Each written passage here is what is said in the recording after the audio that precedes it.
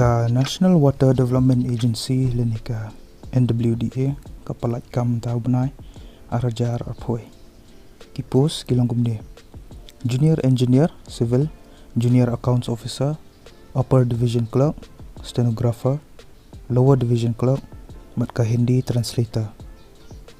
Katarik bakat do bapila wan submit iki applications ki jampi day hau arpusan tarik bnai Jun arajar arphoi.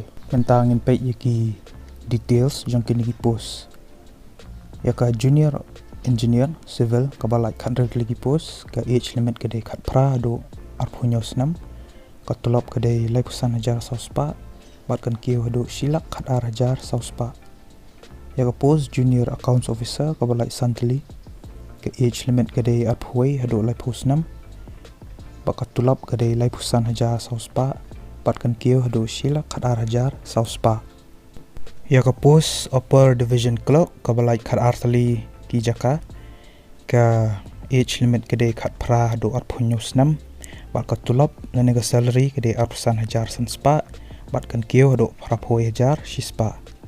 Ka post Stenographer grade 2 pat kabalai santli ki post ka age limit jang kaniro kadai kumju hi khat pra do arphonyo snam katulap ru kadai kumju hi arpusan hajar sanspa batkan kiyo hado praphoi hajar shispa tingka.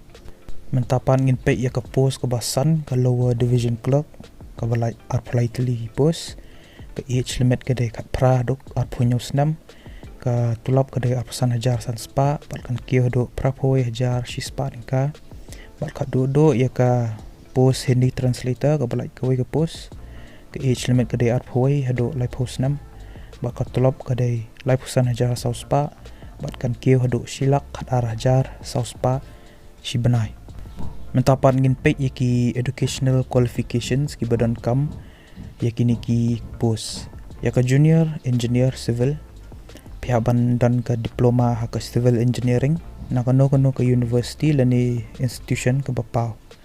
Yaka Junior Accounts Officer habandan ke degree haka commerce bat license experience haka cash bat ka accounts haka government office lani PSU lani autonomous body lani statutory body.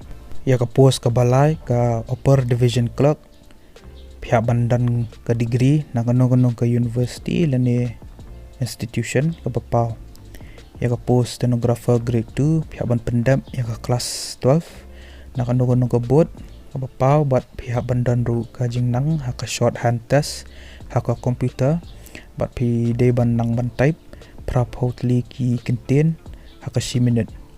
Yaka post Lower Division Clerk haban pendam yaka kelas 12 nakano ke board ke bapau bat pihak ban la ban type haka speed ba laipusan liki kintin haka si minute haka ketin pareng lane laipotli ki kintin haka si minute haka ketin Hindi hapo ka komputer. Bat khado yaka post Hindi Translator pihak dan ka master's degree haka Hindi.